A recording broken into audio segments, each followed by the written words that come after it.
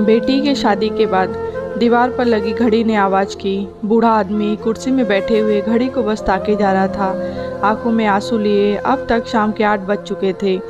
बूढ़े की पत्नी ने उन्हें सांत्वना दी, क्योंकि उन्हें इस बात का एहसास था कि वो रो क्यों रहे थे। उन्होंने अपनी बेटी को कल ही विदा किया था और उनका घर अब दोबारा से सिर्फ मकान में बदल चुका था। तुम जानती हो, मैं कभी भी अपनी दवाइयाँ लेना नहीं भूलता था, उन्होंने कबूल किया। क्या आप हमेशा भूल जाते थे?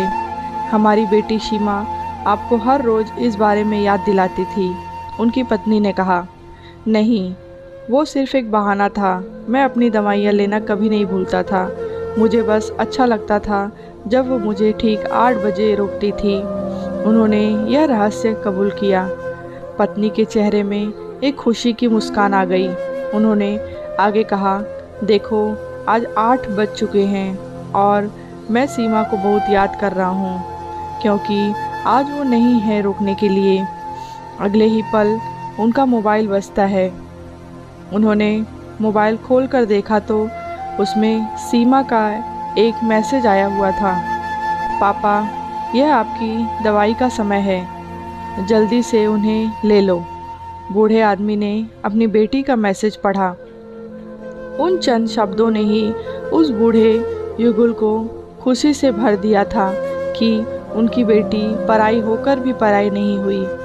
सीमा के पिता खुश थे कि कम से कम उनकी बेटी अब भी उनके साथ जुड़ी हुई है और हमेशा ऐसे ही रहेगी। इसीलिए उन्होंने एक स्माइली में जवाब भेजा। उधर सीमा का मोबाइल बजता है, लेकिन मोबाइल संतोष के हाथ में था।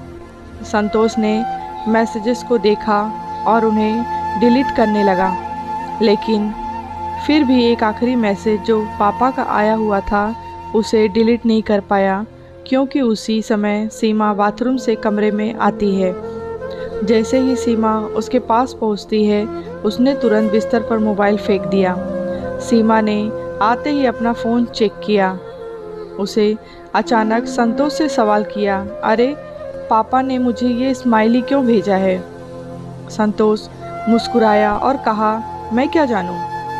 उस दिन पहली बार संतोष ने सीमा की जिम्मेदारियों को संभालना शुरू कर दिया था, क्योंकि वह डॉक्टर होने के अलावा अब एक पति भी था।